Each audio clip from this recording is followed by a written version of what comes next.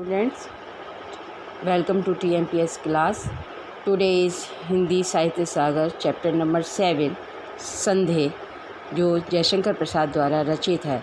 संदेह, जैसा कि आप इसके नाम से समझ रहे हैं कि इसमें भ्रम पैदा है, इसलिए इस स्टोरी को बहुत अच्छे से ध्यानपूर्वक आप पढ़िएगा और समझिएगा। इसमें राम निहाल है जो अपनी नौकरी के चलते इस शहर से उस शहर घूमता रहता है, लेकिन एक जगह है जहां वो अपना घर समझता है, वो है श्यामा। तो श्यामा के घर में आता है और वहाँ अपना सामान उठाता है और रखता है, लेकिन इसी नौकरी के चलते वो किसी दूसरे शहर में रहता है जहाँ उसका संबंध एक बृज किशोर बाबू के यहाँ होता है। वो वहाँ उनके यहाँ नौकरी करता है। तो वहाँ एक घटना घटित होती है। उस घटना का वर्णन राम निहाल अब अपने जो घर है जो श्यामा के यहाँ रहता है उससे उस घटना का वर्णन करता है। तो यह घटना क्या है, इस घटना को आप ध्यान से समझिएगा।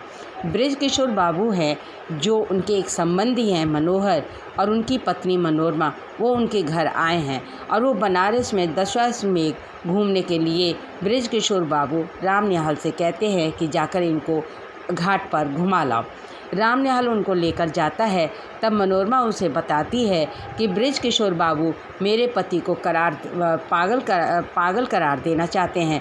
वैसे इनकी थोड़ी सी तबीयत खराब भी रहती है और देखिए इस समय भी यही ऐसी ही हरकत कर रहे हैं।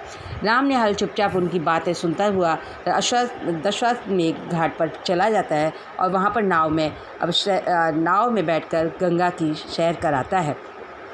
घूम कर आता है, वापस अपना घर आते हैं तो मनोरमा और मनोहर चले जाते हैं बृज किशोर बाबू के यहाँ से। जब ये छुट्टी पा करके वापस श्यामा वाले घर में आता है और श्यामा के घर आकर बहुत दुखी होता है और अपने कमरे में बैठकर अपना सामान समेटने लगता है और वहाँ से जाने की कोशिश करता है और उसकी आँख में आंसू होते हैं। उन आंसुओं को श्यामा के घर में रहने वाली किशोरी देख लेती है और जाकर शोर मचाती है कि भाभी निहाल बाबू रो रहे हैं। तो श्यामा दौड़कर आती है और निहाल से रोने का कारण पूछती है। वो निहाल से कहती है, क्या कोई अपराध हो गया है कि कोई गलती हो गई है जो तुम इस प्रकार रो रहे हो। निहाल बाबू के पास जब वो आती है तो उसके हाथ में एक कागज़ का बंडल होता है और एक कागज़ चित्र होता है। वो कागज़ का बंडल उनको दिखाते हुए बताता है कि देखो वो पूरी स्टोरी उस श्यामा को बताता है और कहता है कि मनोरमा ने मुझे ये खत लिखे हैं, वो मुझे चाहती है। तो वो कहती है, वो उन खतों को लेकर पढ़ती है और समझती है। तो वो कहती है कि नहीं निहाल बाबू, आपको इसमें भ्रम हुआ है। मनोरमा तुमसे प्यार नहीं, वो तुमसे अपनी मदद के लिए बुला रही है, तुम्हें उसकी मदद करनी चाहिए। फिर वो उसके हाथ में चित्र देखती है तो वो कहती है, ज़रा ये चित्र दिखाओ। जब चित्र देखती है तो वो थोड़ी आश्चर्य में पड़ जाती है, क्योंकि वो चित्र श्यामा का ही होता है।